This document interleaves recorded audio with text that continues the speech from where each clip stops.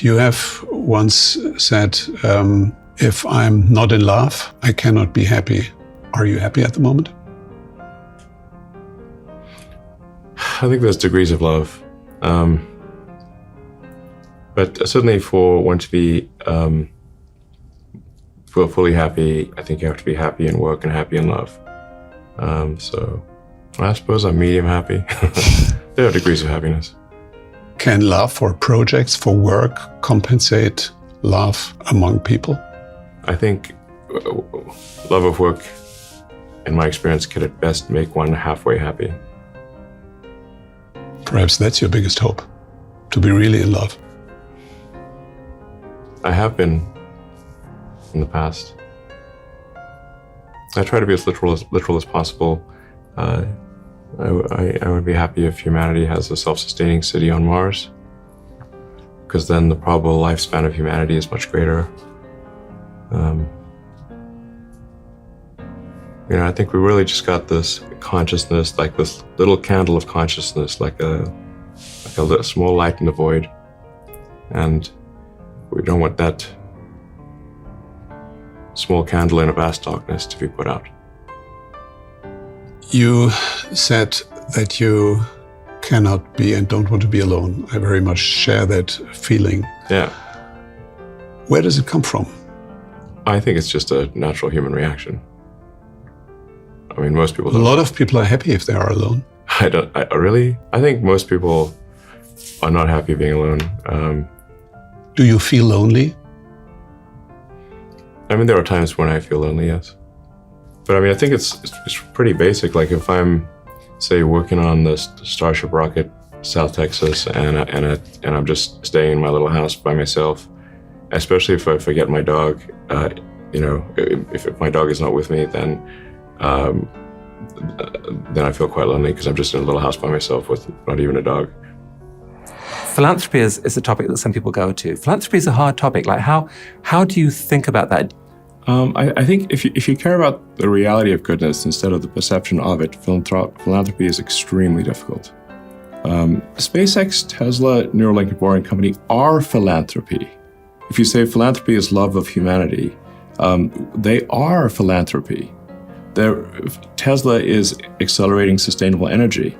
This is a love of philanthropy. Right. SpaceX is trying to ensure the long-term survival of humanity with multi-planet species. This is love of humanity. Neuralink is to help solve brain injuries and existential risk with AI, love of humanity. Boring Company is trying to solve traffic, which is health for most people, and that also is love of humanity. What is the role of love in the human condition broadly and more specific to you? How has love, romantic love or otherwise, made you a better person, a better human being, better engineer?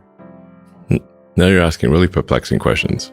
I mean, there are many books, poems, and songs written about what is love and what exactly. With Tesla, we're like trying to make things that people love. It's like not like how many things can you buy that you really love, that really give you joy? So rare, so rare. I wish there were more things. That's what we're trying to do. Just make things that somebody loves. I mean, strangely, I think a lot of people don't like humanity and see it as blight, but I do not. Well, I think part of that is just they've been struggling. When people struggle, they associate their struggle with other people. They never internalize their problems. They look to other people as holding them back, and people suck and fuck people, and it's just, it's a never-ending cycle. But not always. Again, most people are really good. Most people, vast majority. This may sound corny. It does sound corny, but love is the answer. It is the answer. Yep. Yeah, it is. It sounds corny because we're all scared. We're all scared of trying to love people, being rejected, or someone taking advantage of you because you're trying to be loving. Sure. But if we all could just relax and love each other. Wouldn't hurt to have more love in the world. It definitely wouldn't hurt. Yeah. It'd be great. Yeah, we should do that. Yeah, I agree, man. It's because we've talked about so many inspiring things, like be useful in the world, sort of like solve problems, alleviate suffering, but it seems like connection between humans is a source.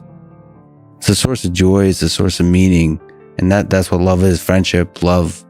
I just wonder if you think about that kind of thing when you talk about preserving the light of human consciousness, right, and us becoming a multiplanetary species. I mean, to me at least, that means like if we're just alone and conscious and intelligent, it doesn't mean nearly as much as if we're with others. And there's some magic created when we're together. And I think the highest form of it is love, which I think broadly is much bigger than just sort of romantic, but also, yes, romantic love and family and those kinds of things. Well, I mean, the reason I guess I care about us becoming a multi-planet species and a spacefaring civilization is foundationally, I love humanity. And so I wish to see it prosper and do great things and be happy. And if I did not love humanity, I would not care about these things. So when you look at the whole of it, the human history, all the people who's ever lived, all the people alive now, we're okay. On the whole, we're a pretty interesting bunch. Yeah. All things considered. And I've read a lot of history, including the darkest, worst parts of it. And despite all that, I think on balance, I still love humanity.